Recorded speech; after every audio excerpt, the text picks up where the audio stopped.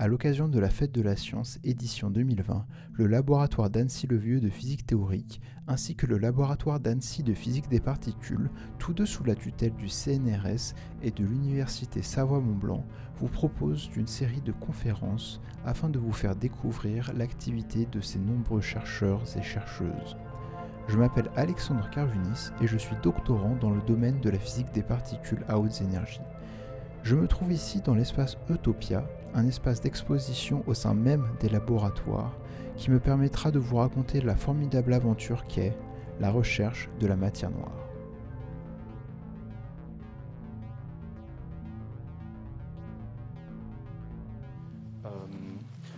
Aujourd'hui, je vais vous parler de la matière noire. Et la première question, c'est mais qu'est-ce que c'est la matière noire ?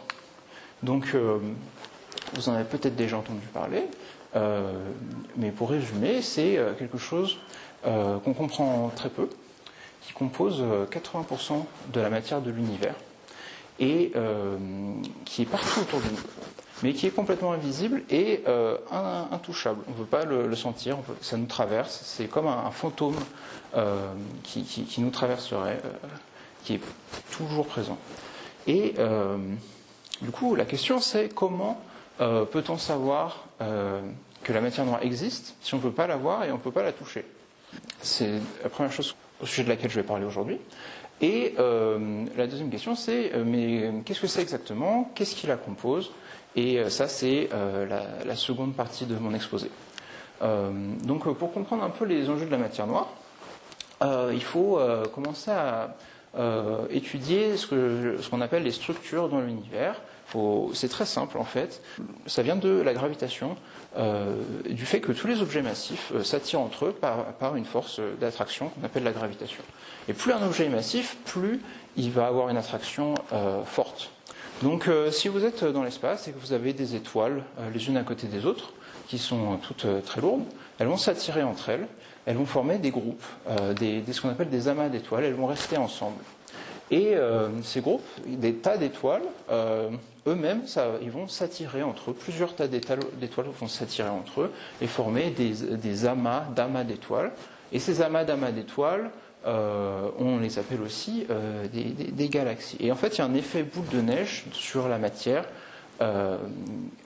qui fait qu'on a des endroits dans l'univers où la matière s'accumule et pour former par exemple le système solaire, où on a au milieu du système solaire une étoile très massive et tout autour des objets plus légers qui sont attirés et qui gravitent autour du Soleil. On part du système solaire qui contient une étoile, notre Soleil. Cette étoile fait partie d'un amas d'étoiles. Cet amas d'étoiles fait partie d'une galaxie, et cette galaxie fait partie d'un amas de galaxies, et l'univers est rempli d'amas de galaxies, aussi loin qu'on puisse voir. Donc voilà, tout ça, et tous ces objets qui sont attirés entre eux, qui forment des tas, des groupes, tournent autour les uns des autres. Pour les planètes, c'est bien connu, mais c'est le cas aussi pour les amas d'étoiles, pour les galaxies qui tournent sur elles-mêmes, et pour les amas de galaxies également. On peut comprendre ça en regardant cette petite vidéo, qui est une animation une simulation même de la formation des galaxies au début de l'univers, où on part d'un gaz homogène et qui va s'accumuler là où il y a des zones un peu plus denses que les autres, jusqu'à former des parties très compactes, très denses, qui vont être des endroits où vont naître les premières étoiles et où vont se former les premières galaxies. Et vous voyez, ça fait une structure en filament avec des points très denses. C'est pour ça qu'on a ces structures dans l'univers. Donc, pour revenir à la structure qu'on connaît le mieux, c'est le système solaire avec notre Soleil au milieu et toutes les planètes qui tournent autour.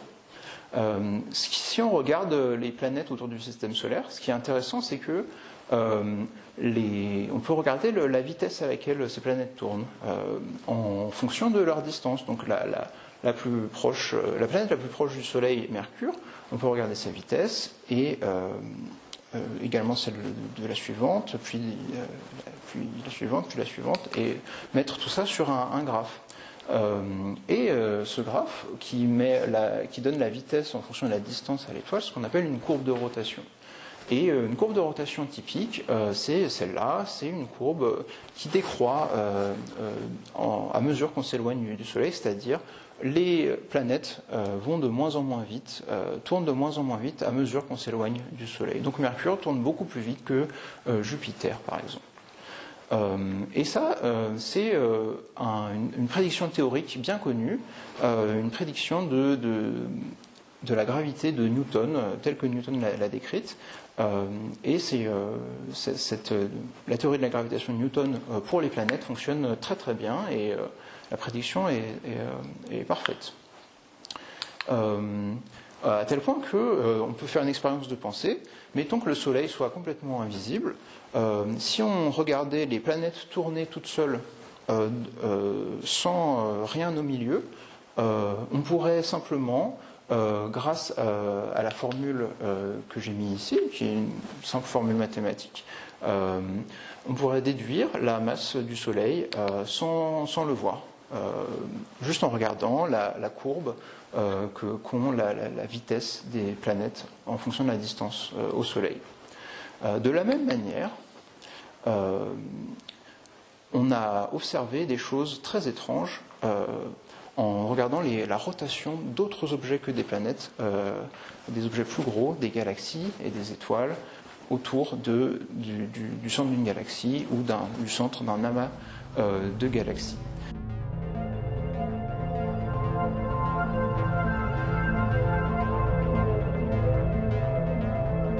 Donc l'histoire de la matière noire, ça commence en 1933.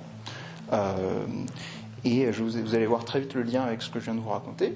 C'est en 1933 un astronome qui s'appelle Fritz Zwicky qui a observé des galaxies dans un amas de galaxies, qui a observé leur mouvement de rotation autour du centre de cet amas. Et avec la formule que je vous ai montrée, avec la courbe de rotation, il constate que toute la matière qu'il voit avec son télescope ne suffit pas à expliquer le mouvement de rotation des étoiles, des galaxies qu'il voit. C'est resté assez anecdotique pendant quelques décennies, parce qu'on n'avait pas vraiment d'explication, on n'a pas eu beaucoup d'observations sur ça. Et ça a duré jusque dans les années 70, où une astronome, Vera Rubin, a fait les mêmes mesures, mais en regardant les étoiles tourner autour du centre des galaxies. Elle a regardé la vitesse de rotation des étoiles en fonction de la distance qu'elles avaient au centre de la galaxie.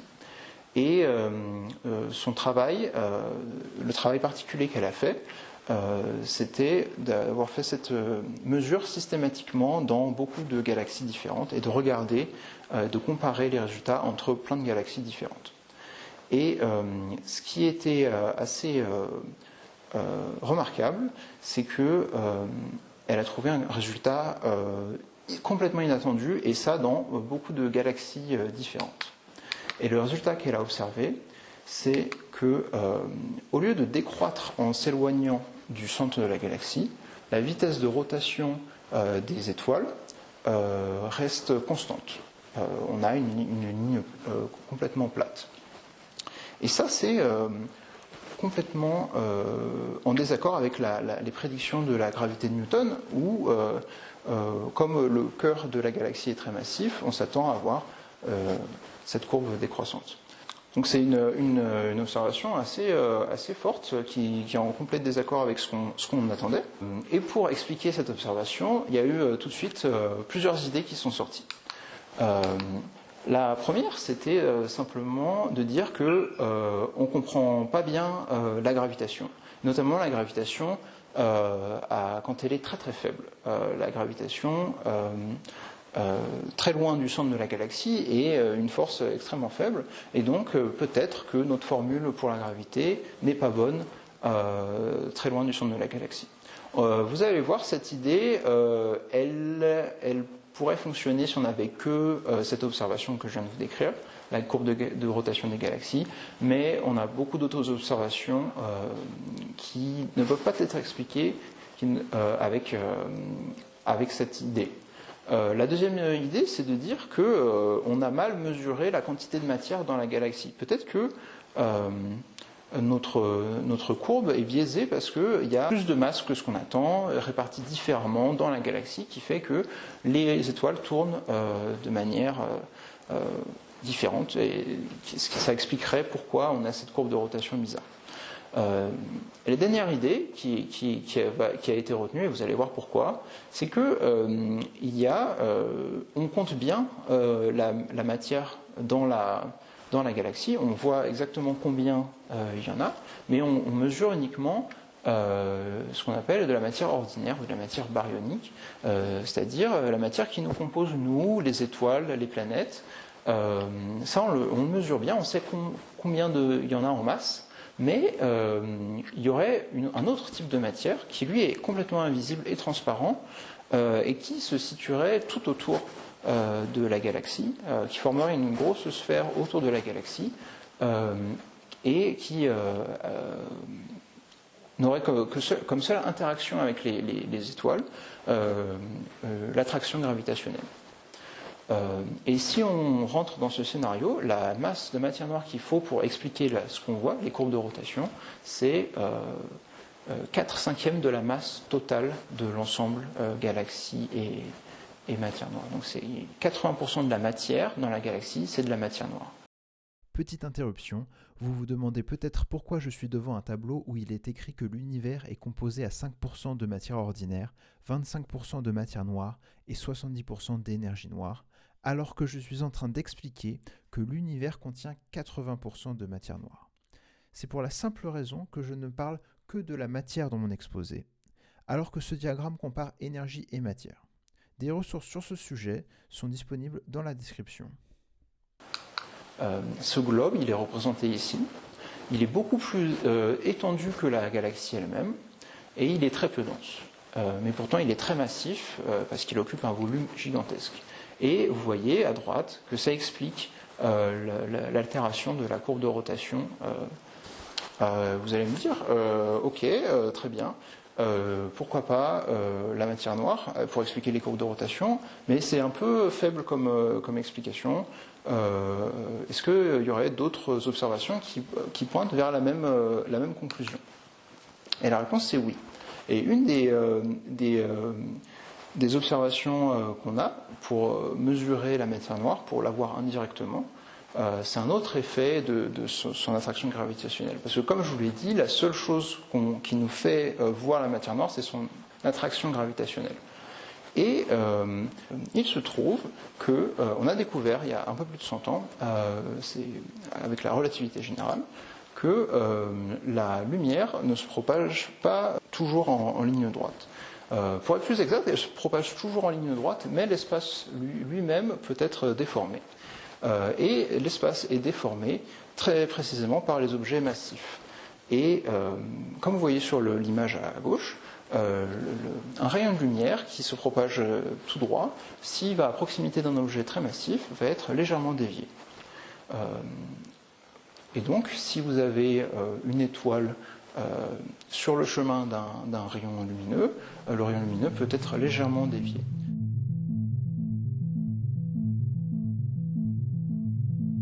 Une démonstration de cet effet, on peut la faire avec ce genre de maquette. Donc ça, c'est simplement une table où le fond ici, c'est une toile molle en caoutchouc et qui représente l'espace-temps. L'espace-temps, si on fait rien, il est plat. Et ça, c'est une étoile, et je vais la mettre au milieu de mon espace-temps. Et vous voyez, ça déforme mon espace-temps, ça crée un puits là où il y a l'étoile. Ce qui fait que quand on a des objets plus légers, comme cette balle en plastique, et qu'on le met, qui par exemple peut être une planète, qu'on le met autour de l'étoile, on voit que la planète est attirée par l'étoile et lui tombe dessus. Maintenant, si j'essaie de la lancer et de lui faire une ligne droite dans cet espace courbé, vous voyez, la ligne droite est déformée, la balle tourne. Et elle finit par tourner autour de l'étoile. Et bien avec la lumière, c'est exactement pareil. La lumière se propage en ligne droite et l'espace-temps est courbé et donc les objets massifs peuvent dévier les rayons lumineux. Et donc avec cet effet, on a ce qu'on appelle des lentilles gravitationnelles, qui sont des objets très massifs à certains endroits dans l'espace, qui avec leur attraction vont dévier les rayons lumineux un peu à la manière d'une lentille. Grâce à cet effet, en connaissant les équations de la relativité générale, on peut remonter à la distribution de masse dans l'amas de galaxies qui a déformé les rayons, la trajectoire des rayons lumineux qui nous sont parvenus. Ce qu'on fait donc, c'est le calcul inverse pour avoir cette distribution de masse. Et ce qu'on voit sur cette image, c'est que à gauche on a l'image simplement des galaxies, et à droite on a l'image des galaxies avec superposée par-dessus la distribution de masse dans l'amas de galaxies en bleu clair. Et ce qui est assez incroyable, c'est que la distribution de masse ne correspond pas du tout à là où on voit des galaxies, mais c'est assez uniforme, c'est un genre de nuage. Et la quantité de matière qu'on voit, en plus de la matière visible, à travers cet effet, correspond encore une fois à 80% de la masse totale. C'est encore une fois interprété comme étant de la matière noire. Ensuite, une des observations les plus flagrantes sur l'existence de la matière noire, c'est l'amas de la balle, qui est un amas de galaxies assez particulier, puisque c'est le résultat de la collision de deux amas de galaxies entre eux. Ce que vous voyez à l'image, c'est en rose là où on voit de la lumière visible, donc de la matière ordinaire, et en bleu, c'est là où on voit où il y a de la matière. Plus précisément là où on voit de la masse à travers l'effet de lentilles gravitationnelles. Et vous voyez que la masse ne se trouve pas là où la matière est. Pourquoi ?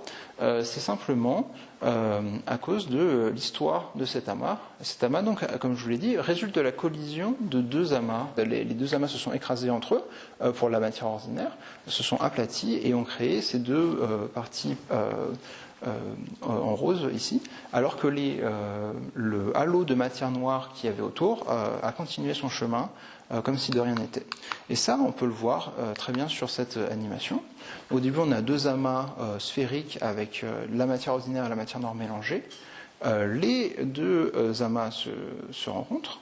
La matière ordinaire interagit avec elle-même, elle s'écrase, mais la matière noire, elle, n'interagit pas et continue son chemin comme si de rien n'était. Et à la fin, ça donne ce qu'on voit aujourd'hui. Et voilà. Et ça, c'est une observation assez forte, parce qu'on ne peut pas vraiment l'expliquer en disant que la gravité ne se comporte pas exactement comme attendu à longue distance ou à faible intensité. Voilà. Et finalement, il y a encore une troisième manière de voir la matière noire indirectement. Et ça, c'est une manière très indirecte et très forte. Vous allez voir pourquoi. Donc ça, ce que je vous ai mis là, c'est une carte qu'on appelle isochrone de 1914 et qui est centrée sur Londres. Alors qu'est-ce que c'est une carte isochrone ? C'est une carte qui indique combien de temps on met pour voyager ici de Londres à n'importe quel endroit sur la Terre avec les moyens de l'époque, 1914. Donc en rouge, vous avez les endroits où on peut aller en moins de 5 jours. En rose pâle, c'est 5 à 10 jours, etc., jusqu'à plus de 50 jours dans les régions bleu foncé. Et donc, je vous mets cette carte ici pour vous expliquer un concept assez intéressant. Si vous achetiez un journal à Londres en 1914, avec les nouvelles du jour, les nouvelles que vous allez avoir, c'est les nouvelles de la veille ou même de la nuit, pour les choses qui se sont passées à Londres. Vous allez avoir des informations sur des choses qui se sont passées il y a quelques jours en Espagne, mais vous allez avoir au mieux des informations sur, par exemple, ce qui s'est passé dans la forêt amazonienne qui date d'il y a au mieux 40 jours. Donc pour vous, l'information d'un jour J, c'est une information échelonnée dans le temps en fonction de la distance à laquelle s'est passé l'événement. Ce que vous pouvez voir comme information localement, c'est réparti géographiquement et dans le temps selon votre distance à l'événement. Donc pourquoi je vous ai raconté l'histoire de la carte isochrone de Londres? C'est simplement parce qu'on peut faire l'analogie avec ce qui se passe dans l'espace. Donc la vitesse de la lumière est finie. Pour nous, elle est très rapide. On peut envoyer, on peut passer un coup de fil avec l'autre bout du monde et on ne sent pas le temps que met le signal électrique à parvenir à notre interlocuteur. Mais à l'échelle de l'univers, la vitesse de la lumière est pas si grande que ça. Par exemple, si vous voulez envoyer un message radio vers Mars, ça va prendre, selon l'endroit où se trouve Mars, 10 minutes ou même plus. Si vous voulez envoyer un message radio à l'étoile la plus proche, ça va prendre même 4 ans pour y arriver. Et l'étoile la plus proche, à l'échelle de l'univers, elle est très très proche. En fait, si vous prenez notre galaxie, on parle déjà de milliers d'années-lumière, et si vous allez dans d'autres galaxies, c'est des échelles de temps absolument gigantesques. Au point que, quand vous regardez dans le ciel, vous allez voir les étoiles les plus proches qui ont émis leur lumière il y a quelques années, quelques dizaines d'années, mais plus vous regardez loin, plus vous regardez dans le passé, plus vous allez voir des choses qui se sont passées il y a longtemps. Et donc, à quel point on peut remonter dans le passé, c'est une grande question, c'est-à-dire chaque étoile que vous voyez, vous savez qu'elle a un certain âge qui va nous donner sa distance. L'âge et la distance sont complètement reliés. Donc plus vous regardez loin, plus vous regardez des objets anciens. Et à partir d'un moment, à partir de plusieurs milliards d'années-lumière, vous allez voir qu'il n'y a plus d'étoiles.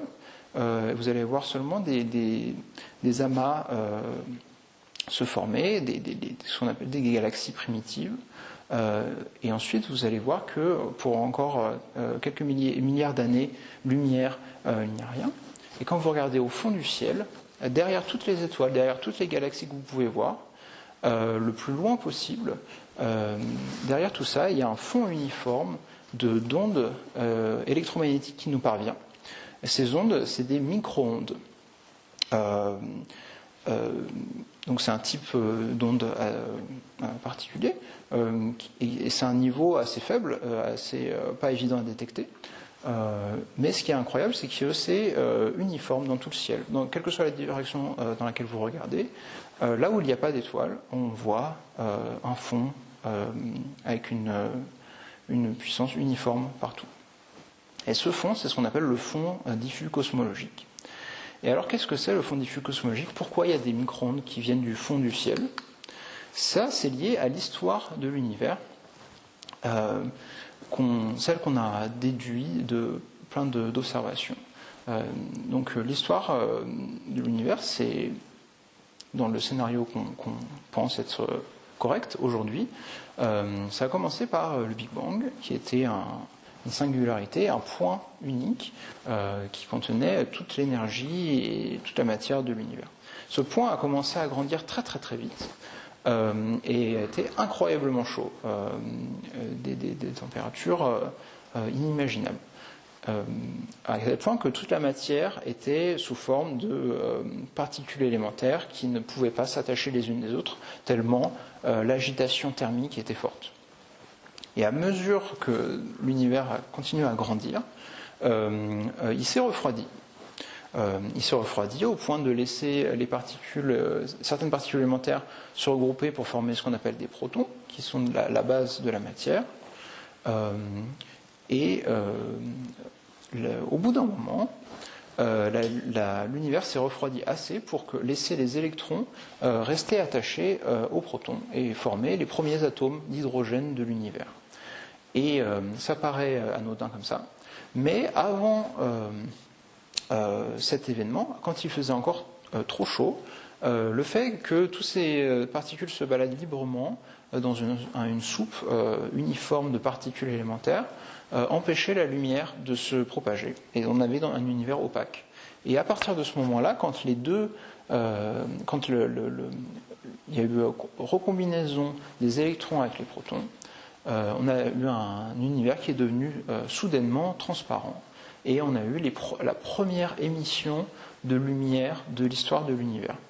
Et cette lumière primordiale, elle a été émise et elle a continué à se propager pendant des milliards et des milliards d'années, jusqu'à arriver, pour une partie de cette lumière, dans nos télescopes. Et c'est ça qu'on observe au fond du ciel. C'est l'événement de la recombinaison, le moment où l'univers est devenu transparent.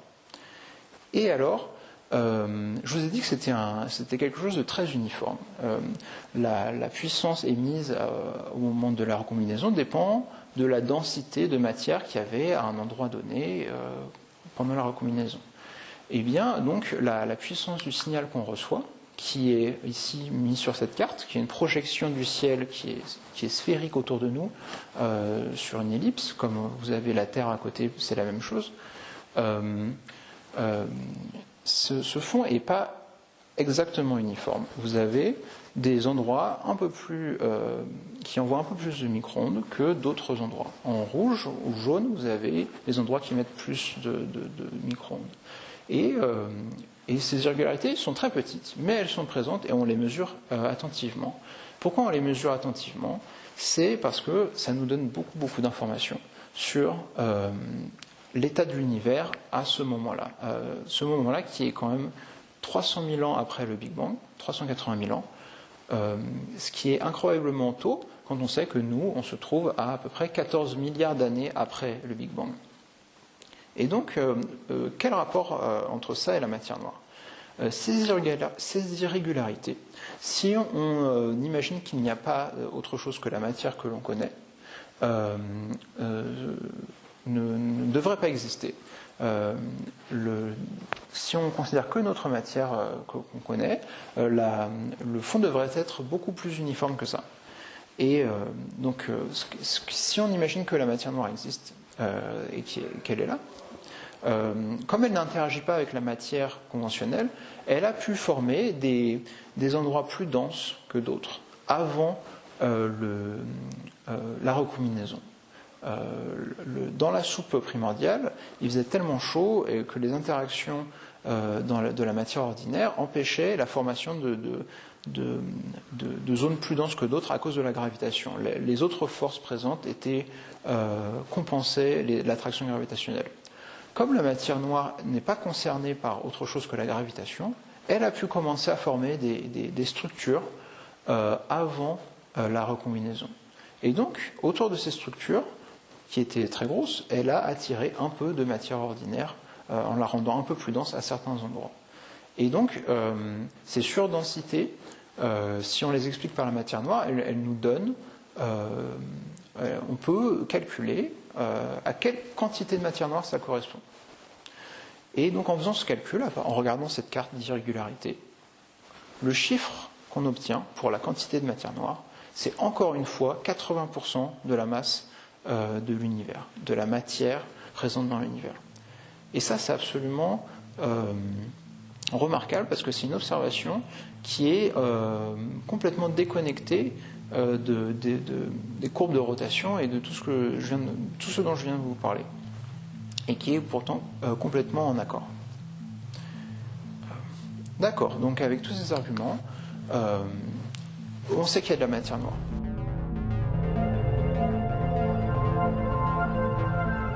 Maintenant, la question c'est, mais qu'est-ce que c'est la matière noire? C'est une question qui est complètement ouverte encore. Et le problème de cette question, c'est qu'on n'est même pas sûr de pouvoir y répondre. Pour ça, on peut regarder, pour expliquer ça, on peut regarder l'allégorie de la caverne de Platon, qui, pour simplifier, dit que, mais imaginez qu'on est 3 prisonniers enfermés dans une caverne où ils ne peuvent rien voir du monde extérieur. Ils ont grandi là, ils n'ont jamais rien vu du monde extérieur. Tout ce qu'ils ont vu, c'est des ombres projetées par les geôliers sur le fond du mur de la grotte. Ça veut dire que pour eux, tout leur univers, tout ce qu'ils connaissent, c'est cette information qu'on leur a donnée, c'est ces ombres projetées. Donc pour eux, les seuls objets qui existent, c'est des ombres projetées sur les murs. Si jamais on les libérait, ils découvriraient que ces ombres ont une explication complètement inimaginable pour eux dans l'état dans lequel ils sont quand ils sont dans la caverne. Ils n'ont pas accès à assez d'informations pour comprendre qu'il y a des gens qui créent ces ombres. Et bien pour la matière noire, c'est exactement la même situation. Tout ce qu'on sait, c'est qu'elle interagit gravitationnellement avec nous. Mais il se pourrait que, à cause de la manière dont la physique fonctionne, on n'ait jamais accès à plus d'informations que ça, et qu'on soit bloqué avec un mystère sur les bras. Et voilà. Et dans ce cas-là, les physiciens, même en travaillant très dur, ne pourraient jamais déduire la nature de la matière noire. Mais on est quand même optimiste. Et donc on cherche quand même, au cas où la matière noire puisse communiquer un tout petit peu avec nous via des interactions très très faibles qu'on cherche.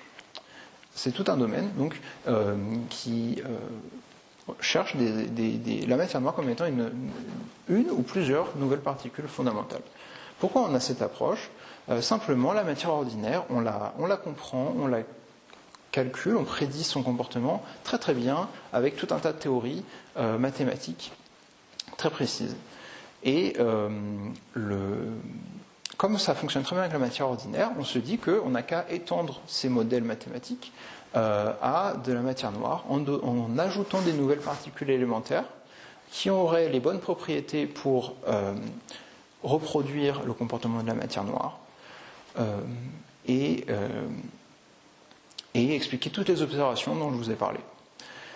C'est possible que cette approche ne fonctionne pas, mais c'est la meilleure qu'on ait pour l'instant, et c'est à peu près c'est celle qui est la plus travaillée en ce moment. Donc toutes ces observations assez incroyables sur l'univers, ça a déclenché beaucoup d'effervescence chez les théoriciens qui ont écrit beaucoup de modèles différents sur la nature de la matière noire en tant que particule. Donc à gauche, vous avez une courbe qui vous montre le nombre de papiers publiés par an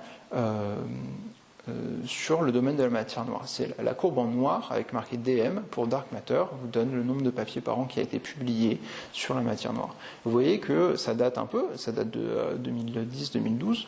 Il y avait plusieurs milliers de papiers par an sur la matière noire. Et ça continue encore à augmenter. Maintenant, à droite, vous avez un diagramme qui vous montre le nombre de théories différentes, toutes les théories différentes qui parlent de la matière noire. Et vous voyez le nombre monstrueux de théories différentes qu'il y a, qui se superposent plus ou moins les unes les autres, et qu'on n'arrive pas à discriminer, à valider ou à invalider. Donc théoriquement, c'est très facile d'expliquer la matière noire, et c'est trop facile. On n'a pas assez de contraintes pour éliminer des modèles. On peut dire qu'il y a autant de modèles de matière noire qu'il y a de physiciens qui travaillent sur la matière noire.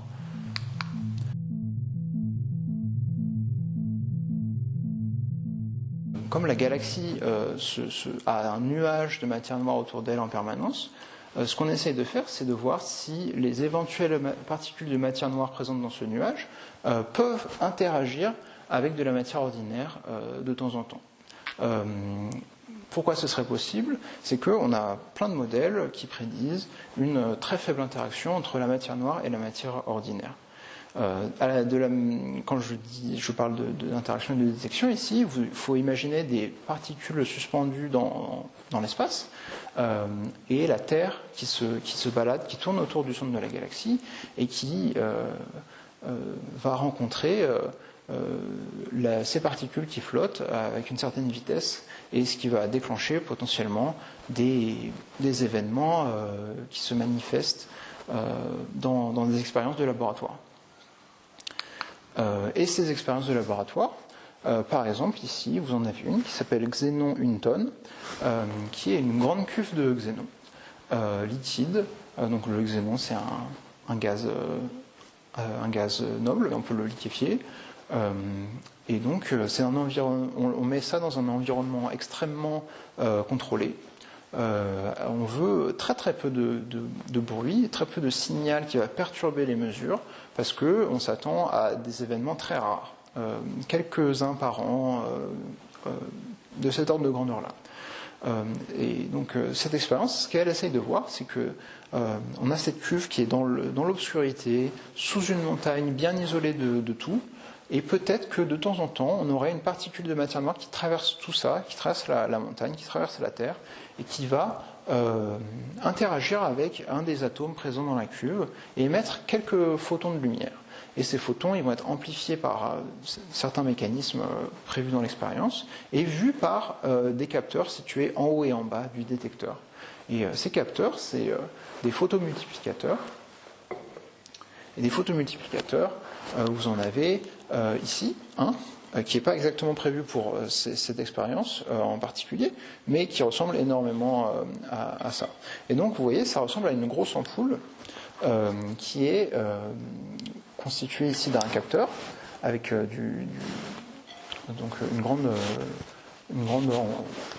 ouverture en verre, et ici tout un tas d'électronique qui va faire que pour quelques photons qui rentrent ici, on va avoir une amplification du signal et un signal fort et lisible par une carte électronique en sortie.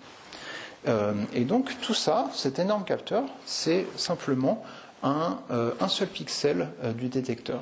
Et on l'a fait énorme pour qu'il soit très sensible et qu'il voit des événements très rares qu'on ne veut pas louper, même s'il n'y a que quelques photons de lumière qui en sortent. Donc ça, c'est une manière d'essayer de voir la matière noire. Pour l'instant, on n'a pas eu de signal convaincant, mais ça permet de discriminer des modèles qui prévoient telle ou telle quantité d'événements par an.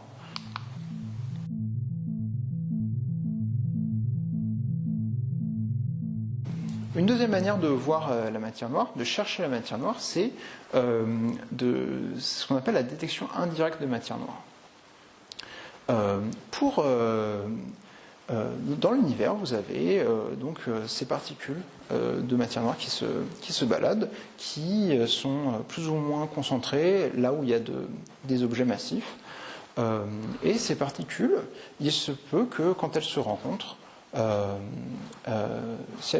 temps en temps, en se rencontrant, elles s'annihilent, elles se détruisent et forment des flashs lumineux, des particules du modèle standard, enfin des particules de matière ordinaire qu'on connaît. Donc ça, c'est ce que prédisent beaucoup de modèles. Donc si ça arrive, ce qu'on s'attend à voir, c'est qu'en regardant des objets massifs qui ont beaucoup de matière noire autour d'eux, on ait un surplus d'émission de certains signaux, certains rayons gamma par exemple, certains photons. Et ce surplus de signal, c'est ce qu'on essaie d'observer avec certains types de télescopes. Ces télescopes vont regarder dans le ciel, et quand on a des particules très énergétiques qui viendraient de l'annihilation de la matière noire, quand ces particules arrivent dans l'atmosphère, elles interagissent avec l'atmosphère et créent plein de particules, ce qu'on appelle une douche de particules, qui ont une signature très caractéristique, très visible, depuis le sol. Et donc il y a des télescopes très particuliers qui sont construits et dédiés à ces observations-là.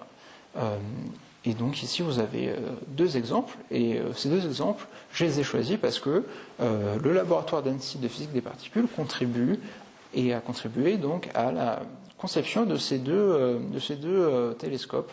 Donc vous avez d'abord le télescope S en Namibie, qui est donc actif, fonctionnel, et vous avez un prototype d'un télescope qui est de la prochaine génération, qui fait 23 mètres de diamètre, qui s'appelle le LST. Et donc, ce que je peux vous montrer, une maquette de la structure du télescope que vous avez en bas à gauche de l'image. Donc cette structure-là qui est faite pour maintenir ici un capteur qui va voir les événements dont je vous ai parlé, ces douches de particules qui viennent de rayons cosmiques. Et donc pour voir ces événements, c'est encore une fois des événements très particuliers et assez rares qu'on veut voir. Donc pour ça on utilise des capteurs spéciaux comme celui-là. C'est le même idée que ce que je vous ai montré auparavant. C'est encore une fois des photomultiplicateurs. C'est-à-dire qu'on a des grosses entrées de lumière qui sont assez larges, qui vont voir des photons très énergétiques et quelques-uns seulement, très peu de lumière donc, et qui vont amplifier le signal ici. Faire un traitement ici avec de l'électronique et envoyer l'information pour traitement pour les astronomes. Et donc toutes ces expériences voient des rayons gamma, des signatures très particulières venir du ciel. Ça étudie pas que la matière noire, c'est pas fait uniquement pour la matière noire, mais ça nous donne une information sur les interactions de la matière noire avec la matière conventionnelle.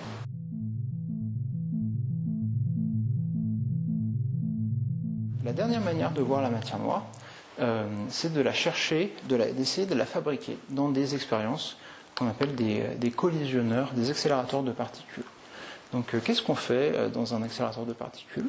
On prend des particules élémentaires, comme des protons, on les fait tourner très très vite dans des anneaux, et on les fait se rencontrer à des vitesses très proches de la vitesse de la lumière. Donc par exemple, sur cette image, en bas à gauche, vous avez le LHC, qui est donc un énorme accélérateur de particules qui se trouve sous la frontière franco-suisse, qui est un énorme tunnel de 27 km de circonférence, qui contient, par exemple, le tuyau que vous avez à droite, qui contient donc ces particules qu'on fait tourner très très vite et qu'on fait se rencontrer, se collisionner de temps en temps. Et quand elles se rencontrent, ces particules, avec toute leur énergie qu'elles ont, elles vont créer plein de nouvelles particules. Ces collisions, on les fait dans des détecteurs. Ici, vous avez donc un détecteur en construction, le détecteur Atlas, qui est donc une machine sur laquelle travaille le LAP également, le laboratoire d'Annecy de physique des particules. Et donc ça, c'est simplement une structure avec des aimants dessus. Et quand on remplit tout ça d'électronique, de capteurs pour voir les traces des particules produites, ça ressemble à ça. Donc c'est un énorme tas d'électronique très précis pour voir tous les produits de ces collisions de particules. Si vous voulez, c'est comme si on prenait deux voitures et qu'on les faisait se foncer les unes sur les autres et on regardait les fragments qui sortent de cette collision pour essayer de comprendre comment les voitures fonctionnent. C'est pas facile, mais c'est la meilleure manière qu'on a pour chercher ça. Donc ces événements, ces collisions qui produisent des particules, ça ressemble à ça, vu du détecteur, de toute l'électronique qui se trouve dans ce détecteur. Vous voyez, il y a une quantité énorme de traces, et donc il y a un travail énorme qui est simplement sur le traitement des données qui sortent de ces machines. Parce que des collisions, il y en a des centaines par seconde. Et on fait tourner ces expériences pendant très très longtemps. Et donc, quel rapport avec la matière noire, encore une fois? L'idée, c'est que si la matière noire est connectée à la matière ordinaire, il se peut qu'on puisse produire de la matière noire comme produit de ces explosions de matière. Comment on peut savoir qu'il y a de la matière noire qu'on a produite si la matière noire, par nature, ne peut pas être vue avec ces détecteurs? C'est grâce à ce qu'on appelle l'énergie manquante, c'est-à-dire dans cette explosion, vous allez avoir des particules qui partent de tous les côtés.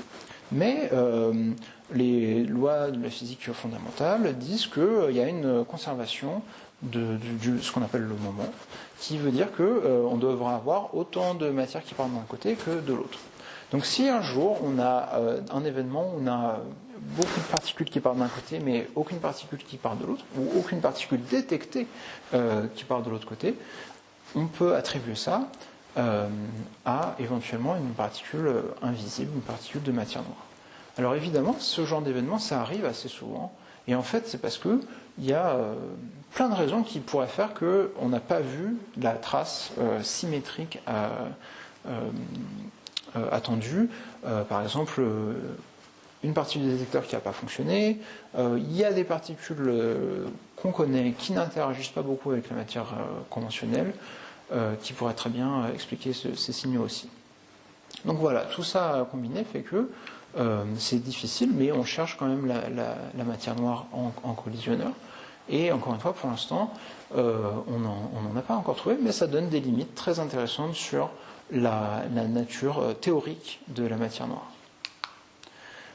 Donc tout ce que je vous ai décrit, ces expériences, elles servent aux théoriciens pour affiner leur modèle, essayer d'avoir une meilleure explication théorique de ce que ça pourrait être la matière noire, et exclure de temps en temps certains modèles qu'on a fait initialement, sans avoir autant de données expérimentales.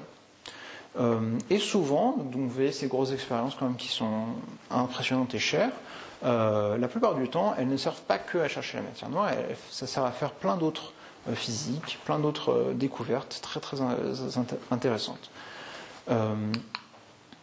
Donc voilà, c'est tout ce que j'avais à vous dire sur la matière noire. Merci pour votre attention. À travers cet exposé, j'ai souhaité rendre accessibles les observations qui nous mènent à penser que la matière noire existe. Pourquoi la matière noire constitue l'une des plus grandes questions de la physique contemporaine et ce que l'on fait pour y répondre. Tous ces développements, expérimentaux comme théoriques, ont une portée qui va au-delà de la question de la matière noire. Ainsi, la physique progresse même quand les physiciens et les physiciennes ne trouvent pas la matière noire.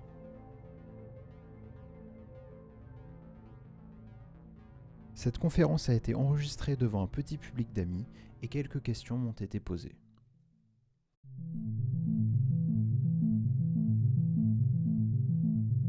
Ton truc de xénon là, tu disais que t'attendais que des particules de la matière noire interagissent avec ton xénon, mais je croyais que ça interagissait pas avec la matière cosmique.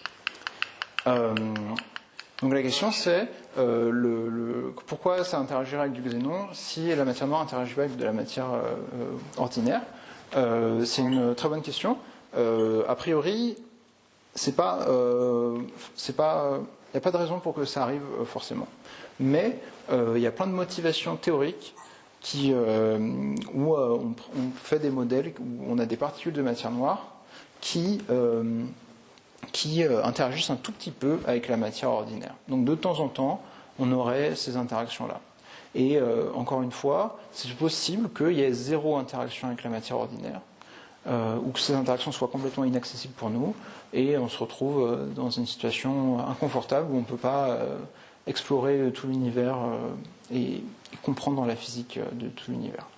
Mais au moins, ce qu'on arrive à faire avec ça, c'est exclure des modèles théoriques de ce que ça pourrait être la matière noire. Merci. Et une autre question, j'en sais rien, enfin, j'ai aucune idée de comment ça fonctionne, mais est-ce que juste avec la gravitation, on ne pourrait pas imaginer des moyens de sonder, juste avec la gravitation, genre, tu sais, des ondes gravitationnelles, tu sais, je balance des trucs au hasard, mais est-ce qu'il n'y a pas une autre manière, juste avec la gravitation, d'essayer de voir comment ça interagit, tu vois ? Ouais, alors c'est une très bonne question. En fait, donc quand je vous parle d'interaction avec la matière ordinaire, en général, il y a la gravitation d'un côté, et puis il y a les autres interactions de l'autre. Ce qui se passe, c'est que dans la physique actuelle, on a une théorie qui décrit toutes les interactions dans un ensemble cohérent, toutes les interactions sauf la gravitation. Donc ces autres interactions, c'est l'électromagnétisme, donc la lumière, les aimants, l'électricité, l'interaction forte dans les noyaux des atomes et l'interaction faible qui joue aussi un rôle par exemple dans la radioactivité. Tout ça c'est décrit dans une même théorie, les mêmes équations, c'est relié à la mécanique quantique, etc. etc. Ce qu'on n'arrive pas à faire du point de vue théorique, c'est d'assembler, de réunir la gravité avec ces autres forces. Et donc, ce que tu suggères, d'utiliser la gravité comme moyen de sonder les propriétés de la matière noire au niveau des particules, en fait, on n'arrive même pas à faire ça avec de la matière ordinaire. On ne comprend pas assez bien la gravitation à l'échelle microscopique, à l'échelle quantique. Donc, ça, c'est un défi absolument énorme.